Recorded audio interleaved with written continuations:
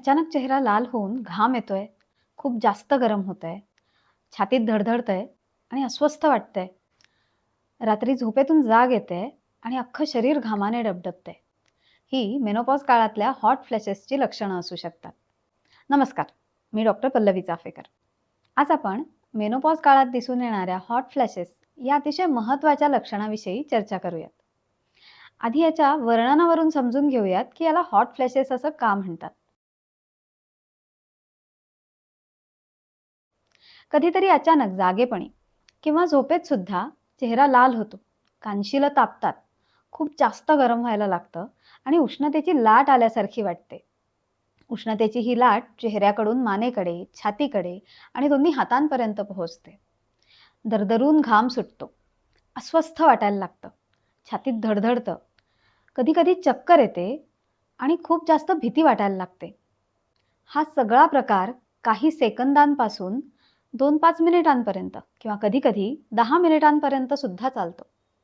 त्यानंतर हळूहळू शरीराचं तापमान कमी व्हायला लागतं आणि मग ही सगळी लक्षणं नाहीशी होतात. आता तुम्हाला प्रश्न पडला असेल की हे सगळं नक्की होतं कशामुळे?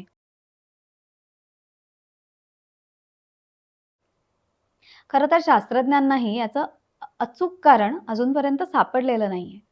पण आतापर्यंतच्या संशोधनावरून हे लक्षात आलंय की इस्ट्रोजन या हार्मोनच्या कमतरतेमुळे ही सगळी लक्षणं दिसतात.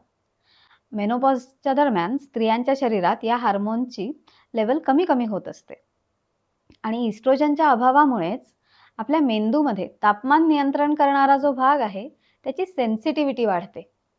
त्यामुळे शरीराच्या आतलं तापमान थोडं जरी वाढलं तरी ते ताबडतोब कमी करण्यासाठी मेंदू उपाययोजना करायला लागतो आणि ही उपाययोजना म्हणजेच हॉट फ्लॅशेसची दिसणारी लक्षणं. आता ह्या हॉट फ्लॅशेसचा कालावधी आणि फ्रिक्वेन्सी ही प्रत्येक स्त्रीसाठी वेगवेगळी असू शकते.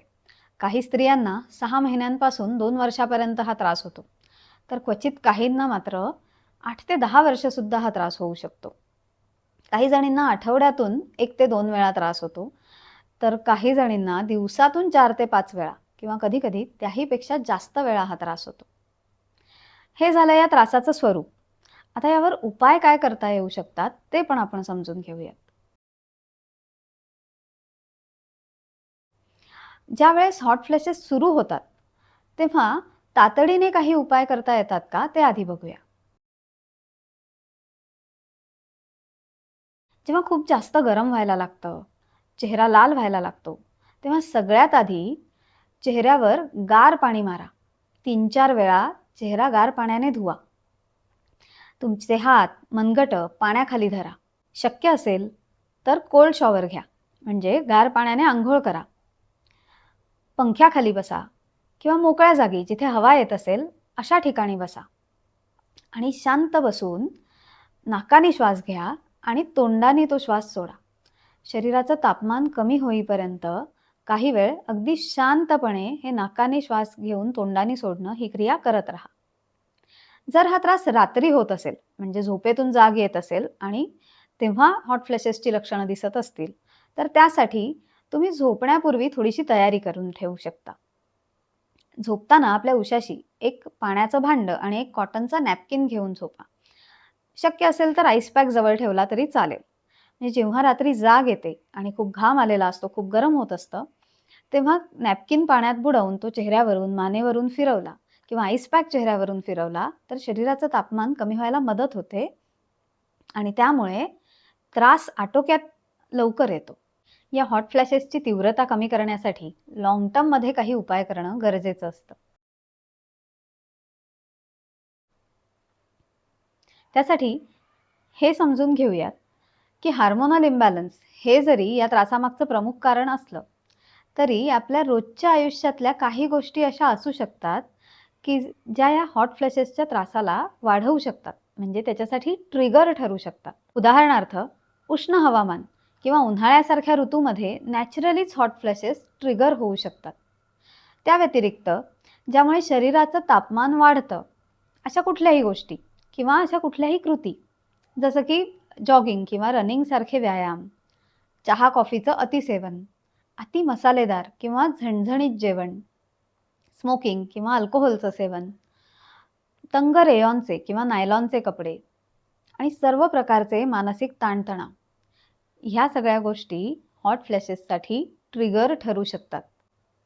ज्या स्त्रियांना वारंवार हा त्रास होतोय, त्यांनी जर लक्षपूर्वक ऑब्झर्व केलं तर कुठल्या गोष्टींमुळे आपला हा त्रास वाढतोय हे शोधून काढणं फारसं अवघड नाही जात.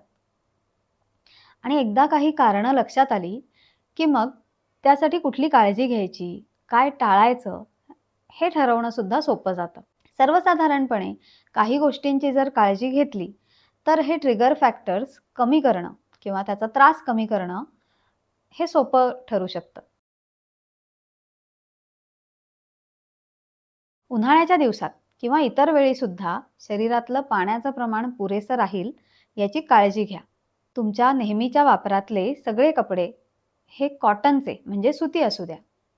मग ते रोजचे कपडे असोत, अंतर्वस्त्र असोत म्हणजेच इनरवेअर असोत किंवा अगदी अंथरूण पांघरूण असो, हे सगळं कॉटनचं असू द्या. आपण सध्या जी पांघरुणं म्हणजे जे कम्फर्टर्स वापरतो ते रेयॉनचे किंवा पॉलिस्टरचे असतात आणि ते काही प्रमाणात शरीराचं तापमान वाढवतात हे लक्षात घ्या. आणि त्यामुळे रात्री नाईट स्वेट्सचा म्हणजे रात्री झोपेतून जाग येऊन खूप जास्त घाम येण्याचा त्रास होऊ शकतो. संध्याकाळी 5 नंतर शक्यतो चहा कॉफी घेऊ नका. कॅफीनचं सेवन रात्री हॉट फ्लॅशेसना ट्रिगर करू शकतं हे लक्षात ठेवा. पौष्टिक आहार घ्या ज्यामध्ये प्रिझर्वेटिव्स, फूड कलर्स किंवा इतर काही ॲडिटिव्स खूप जास्त प्रमाणात आहेत असा आहार शक्यतो टाळण्याचा प्रयत्न करा. स्मोकिंग किंवा ड्रिंकिंगची सवय असेल तर ती कमी करण्यापेक्षा मी असं सजेस्ट करीन की ते बंद करण्याचा प्रयत्न करा. कारण मेनोपॉज नंतरच्या काळात स्त्रियांचा हृदयविकाराचा धोका वाढलेला असतो आणि स्मोकिंग ड्रिंकिंगमुळे हा धोका बऱ्याच प्रमाणात वाढतो. त्यामुळे ते टाळलेलंच बरं. नियमितपणे व्यायाम करा. व्यायामामध्ये योगासनांचा आणि प्राणायामाचा अवश्य समावेश करा. शीतली, सितकारी, चंद्रभेदन प्राणायाम यासारखे जे प्राणायाम आहेत ते शरीराचं वाढलेलं तापमान कमी करण्यासाठी खूपच इफेक्टिव्ह आहेत. सुरुवातीला तज्ज्ञांच्या मार्गदर्शनाखाली ते शिकून घ्या आणि मग घरच्या घरी त्याची दररोज प्रॅक्टिस करा. ह्या सगळ्यांशिवाय एक दिसून न येणारा पण सध्या आपल्या सगळ्यांच्या आयुष्यात अगदी सतत प्रेझेंट असणारा ट्रिगर फॅक्टर म्हणजे मानसिक ताणतणाव, ज्याला आपण स्ट्रेस म्हणतो. या स्ट्रेसशी डील करण्यासाठी नियमितपणे 10 ते 15 मिनिटं ध्यानधारणा करा. गरज असल्यास तज्ज्ञांचा सल्ला घ्या, काउन्सिलर्सची मदत घ्या. पण ताणतणाव जर तसेच राहू दिले आणि त्याच्यावर काहीच काम केलं नाही तर सगळेच त्रास खूप वाढतात. त्यामुळे त्याच्याकडे दुर्लक्ष करू नका. हे सगळे जे साधे सोपे उपाय आहेत ते केल्यामुळे नक्कीच या त्रासाची तीव्रता कमी होते. पण हे सगळं करून सुद्धा जर तुमचा त्रास कमी होत नसेल आणि तुमचं दैनंदिन कामकाज अफेक्ट होत असेल किंवा ओव्हरऑल हेल्थ अफेक्ट होत असेल तर नक्कीच तुमच्या स्त्रीरोग तज्ज्ञांचा सल्ला घ्या. कदाचित तुम्हाला काही औषधोपचाराची गरज भासू शकते. हॉट फ्लॅशेसच्या त्रासासाठी HRT म्हणजेच हार्मोन रिप्लेसमेंट थेरपी ही एक महत्त्वाची ट्रीटमेंट समजली जाते. ही HRT म्हणजे नक्की काय ते अगदी थोडक्यात समजून घेऊया. हे तर आपल्याला माहितीच आहे की इस्ट्रोजनच्या कमतरतेमुळे हा त्रास होत असतो. मग ही इस्ट्रोजनची कमतरता भरून काढण्यासाठी शरीराला बाहेरून त्याचा पुरवठा करणं म्हणजेच हार्मोन रिप्लेसमेंट थेरपी. गोळ्यांच्या स्वरूपात किंवा स्किनवर लावायचे पॅचेस, जेल ह्या स्वरूपात इस्ट्रोजनचा पुरवठा करता येऊ शकतो. जेव्हा गोळ्यांच्या स्वरूपात हे पोटातून घ्यायचं असतं तेव्हा ते 2 प्रकारे दिलं जातं. ज्या स्त्रियांचं गर्भाशय काढलेलं आहे त्यांना फक्त इस्ट्रोजन देता येतं आणि ज्यांचं गर्भाशय आहे त्यांना इस्ट्रोजन आणि प्रोजेस्टेरॉन हे दोन्ही हार्मोन्स एकत्रितपणे म्हणजे कॉम्बिनेशन थेरपी म्हणून दिलं जातं. ही जी HRT आहे ती तुमच्या स्त्रीरोग तज्ज्ञांच्या सल्ल्यानेच घ्या, कारण त्याचे काही साईड इफेक्ट्सही आहेत. पण ती तुमच्यासाठी गरजेची असू शकते आणि ती उपयुक्त सुद्धा आहे. पण ती कशी घ्यायची, कधी घ्यायची, किती काळ घ्यायची हे मात्र तुमच्या स्त्रीरोग तज्ज्ञांना ठरवू द्या, कारण त्यातले तेच जाणकार असतील. त्यामुळे त्यांच्याशी सविस्तर चर्चा करूनच HRT घ्यायची की नाही हे विचारपूर्वक ठरवा. तुम्हाला जर आयुर्वेदिक किंवा होमिओपॅथिक औषधं घ्यायची असतील तर ती त्या क्षेत्रातल्या तज्ज्ञ डॉक्टरांच्या सल्ल्यानेच घ्या.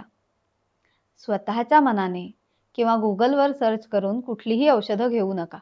मैत्रिणींनो, हॉट फ्लॅशेस हा तसा त्रासदायक प्रकार असला तरी त्यामुळे खचून जाऊ नका. ही पण आपल्या आयुष्यातली एक फेज आहे आणि ती जाणार आहे हे लक्षात घ्या. आपल्या त्रासाचा लवकर स्वीकार केला की त्यावर उपाययोजना करणं पण सोपं होतं. या व्हिडिओमध्ये सांगितलेले साधे सोपे उपाय करून तर बघा. गरज भासली तर औषधोपचार घ्या आणि मग बघा की हा हॉट फ्लॅशेसचा त्रास सुद्धा तितका काही त्रासदायक वाटणार नाही. पुन्हा भेटूयात पुढच्या व्हिडिओमध्ये. तोपर्यंत स्वस्थ राहा आणि योग्य व शास्त्रीय माहितीवरच विश्वास ठेवा. नमस्कार.